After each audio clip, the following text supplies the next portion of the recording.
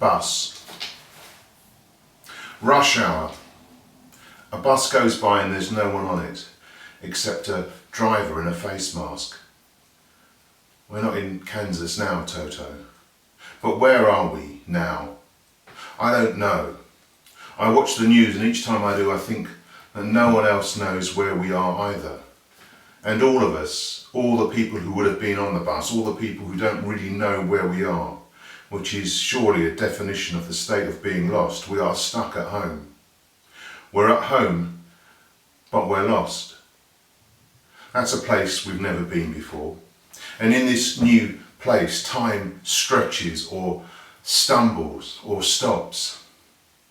I forget what day it is. It doesn't seem to matter what day it is. I live in an endless weekend, a perpetual bank holiday, a month of Sundays, which up until now was never going to happen. Because that was the saying, wasn't it? It will never happen in a month of Sundays.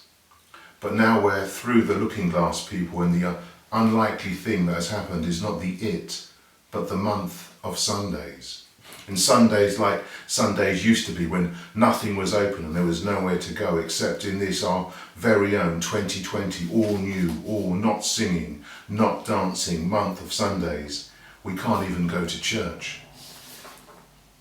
And maybe that's just as well, because maybe it would be hard to praise God when what you really wanted to do was get a few answers to a few questions.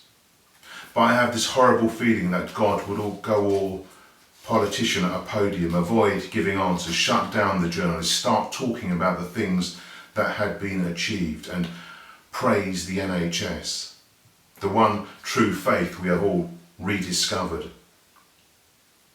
Only now it's a religion where the clergy are dying while they try to save us. We used to burn martyrs tied to stakes, now we crucify them with a lack of face masks. That can't be right. Another bus goes by with no one on it. I look at the empty bus and imagine where I would go if I was on it. I would go to meet friends. I would go into town, get off the bus, go into a coffee shop and order a flat white. And I would have stood in a queue in the coffee shop with people less than 2 meters apart from each other without even thinking that this was wrong, this was stupid, this was dangerous. Strange days indeed when you dream of standing in a queue again. And we will do it, we British will do it, because it was always one of our things, wasn't it? Queuing, we were good at it. That and losing to the Germans on penalties. And everyone knows why we would lose to the Germans on penalties. It was because the Germans always used to take the possibility of penalties much more seriously than we ever did. They practiced a lot more. So when it came to the actual penalties, they were ready. Funny that. Prepare for something and you're ready when it happens. And from where I'm sitting, not on a bus, at this precise moment, it appears that far fewer Germans are dying than here. Anyone, any thoughts on why that might be the case? That's the problem when you've not been on a bus for ages and you're stuck at home with nothing to do. You've got plenty of time to think. You have plenty of time to set off on that other phrase, a train of thought. But let's modify that phrase due to circumstances beyond our control, and the need to adapt to whatever is at hand in this lockdown world. Let's set off on a bus of thought. It's the one we've been on since I started talking. And how can we mention buses without mentioning Boris? Where Winston Churchill had the cigar, the boiler suit and the V for Victory sign, our present Prime Minister has the bus. Wind back a few years and as Mayor of London, he introduced the Boris bus, a bus that nostalgically harked back to the glories of the Routemaster, but that proved to be too big, too cumbersome and too expensive to be anything other than an option tried and rejected in the face of the realities of modern London's transport needs. Looked nice though.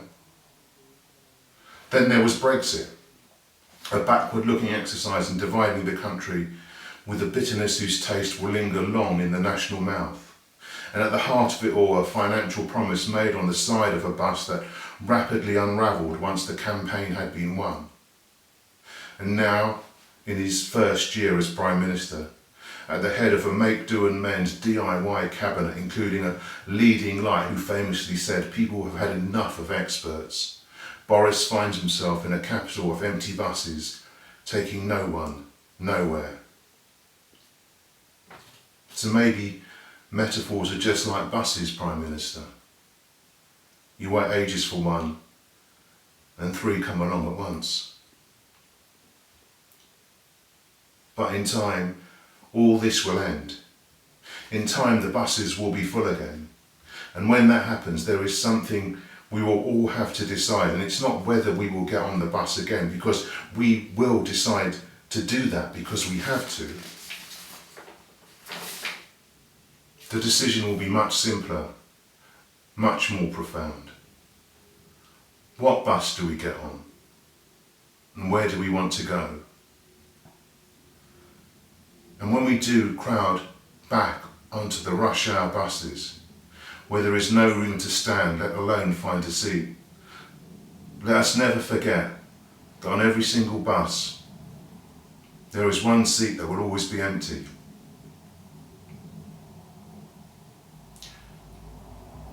Because in the carnage of 2020, bus drivers died.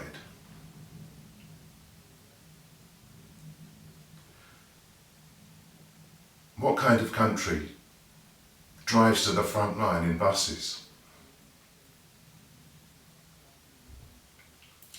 This one. God help us.